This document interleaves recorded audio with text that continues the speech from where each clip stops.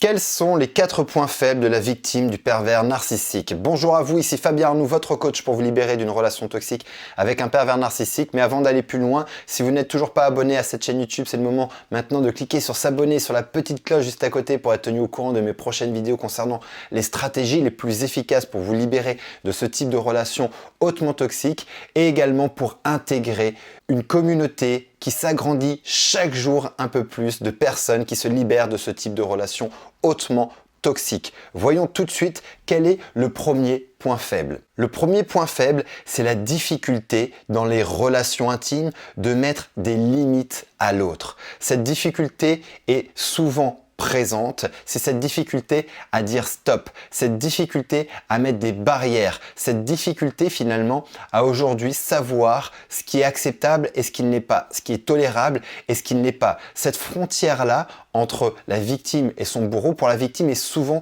extrêmement floue. Elle ne sait pas elle-même forcément ce qu'elle est prête à accepter, ce qu'elle n'est pas prête à accepter, ce qu'elle est prête à tolérer, ce qu'elle n'est pas prête à tolérer. Et ça va être souvent un point faible parce que bien évidemment, le pervers narcissique va utiliser ce flou-là, ce brouillard, pour pouvoir empiéter de plus en plus loin dans le territoire de l'autre jusqu'à vraiment complètement prendre le pouvoir et créer une véritable emprise. Donc aujourd'hui, vous devez absolument apprendre à dire stop. Apprendre à ne pas éviter le conflit en permanence parce que derrière cette difficulté à mettre des limites et à mettre stop, il y a une peur. Il y a une peur importante, c'est la peur de rentrer dans le conflit. Personne n'aime le conflit, mais les victimes de pervers narcissiques, dans leurs caractéristiques, auront une tendance un peu plus poussée, un peu plus élevée, à vouloir éviter à tout prix le conflit. Or, par moment, cette capacité à tout simplement s'affirmer, cette capacité à simplement dire stop, c'est aussi se protéger. Donc voyez aujourd'hui développer cette capacité à dire stop, à mettre des limites, tout simplement pour vous protéger. Le deuxième point faible de la victime du pervers narcissique, c'est une forte empathie. L'empathie, c'est la capacité à comprendre les sentiments et les émotions des autres. Les personnes empathiques ne peuvent pas concevoir et accepter une telle destructivité et méchanceté chez les autres. Elles préfèrent en fait rationaliser la froideur du pervers narcissique en y voyant de la distance, du stress ou une banale fatigue. Cette extrême empathie finalement va vous amener à toujours accepter la méchanceté, à toujours accepter le rabaissement, à toujours faire en sorte de ne pas accepter la réalité. Parce que finalement, cette extrême empathie, vous allez l'utiliser en permanence et avec tout le monde. Et ça vous plonge un petit peu dans le monde des bisounours en croyant que tout le monde sur cette planète est bienveillant. Ou en tout cas que la majorité des personnes sur cette planète sont des personnes bienveillantes et veulent votre bien, particulièrement bien évidemment la personne avec qui vous partagez votre vie, parce qu'il est inconcevable pour vous que la personne aujourd'hui que vous aimez puisse être dans la recherche de vous détruire. Ça paraît complètement inconcevable dans votre monde et c'est un point faible parce que ça va vous amener tout simplement à accepter une fois de plus l'inacceptable et surtout à pardonner en permanence. Et le fait de pardonner facilement à cause de cette forte empathie va vous causer beaucoup d'ennuis et va vous bloquer aussi dans cette relation.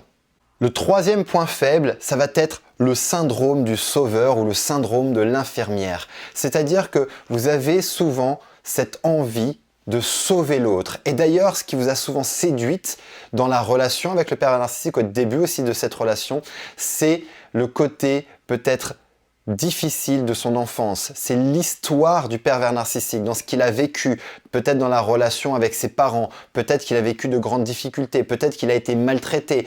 Il a vécu en tout cas des histoires difficiles à accepter, difficiles à entendre, et ce qui a déclenché immédiatement chez vous ce fameux syndrome de l'infirmière ou du sauveur, c'est-à-dire que vous avez envie de sauver l'autre. Vous êtes un petit peu Mère Teresa qui a envie de sauver tout le monde. Cependant, bien évidemment, les pervers narcissiques vont largement utiliser leur histoire pour créer chez vous justement ce syndrome-là et pour pouvoir utiliser ce syndrome à votre dépens. Parce que dès que vous avez une personne qui est en détresse en face de vous, eh bien vous avez envie de l'aider, vous avez envie de sauver cette personne. Le problème, c'est que dans ce schéma-là, avec un pervers narcissique, personne ne peut les sauver. Et malheureusement, ce besoin de sauver l'autre, ce besoin de vouloir l'aider, de vouloir faire en sorte qu'il s'en sorte, qu'il change, va vous faire perdre énormément de temps et d'énergie. Et c'est vous qui allez vous perdre dans cette relation parce que vous ne pouvez pas changer et vous ne pouvez pas sauver un pervers narcissique.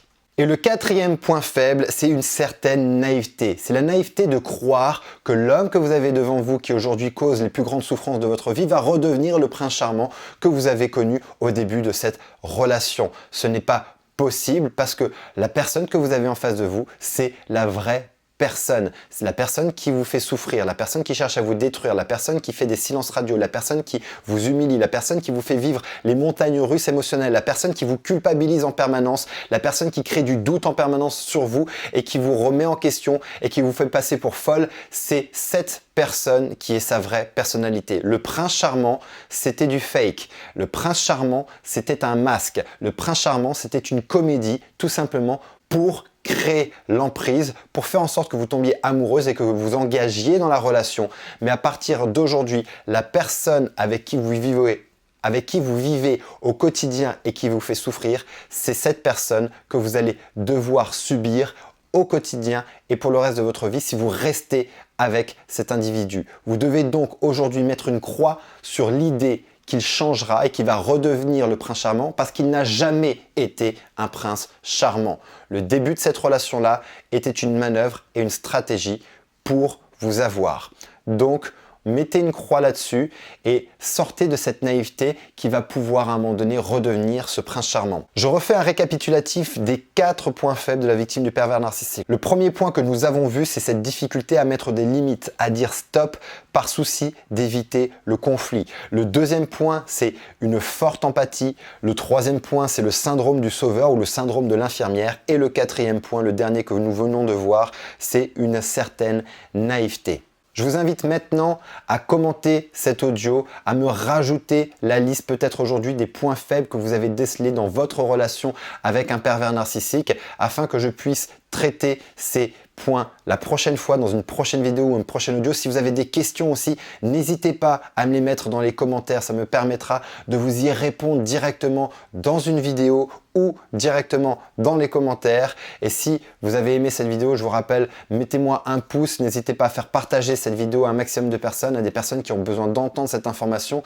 Et si aujourd'hui vous avez besoin d'aller plus loin, j'ai alloué ces prochains jours quelques créneaux pour vous permettre d'avoir une session de diagnostic au téléphone où on fera le point ensemble sur votre situation et je vous expliquerai le moyen le plus rapide pour vous libérer de ce type de relation hautement toxique. Vous retrouverez le lien juste en dessous de cette vidéo. Il vous suffira de cliquer dessus, vous serez redirigé vers mon agenda, vous prenez rendez-vous et je vous appelle. D'ici ma prochaine vidéo ou mon prochain audio, rappelez-vous et souvenez-vous, vous méritez d'être aimé et vous méritez d'être heureuse. À très bientôt.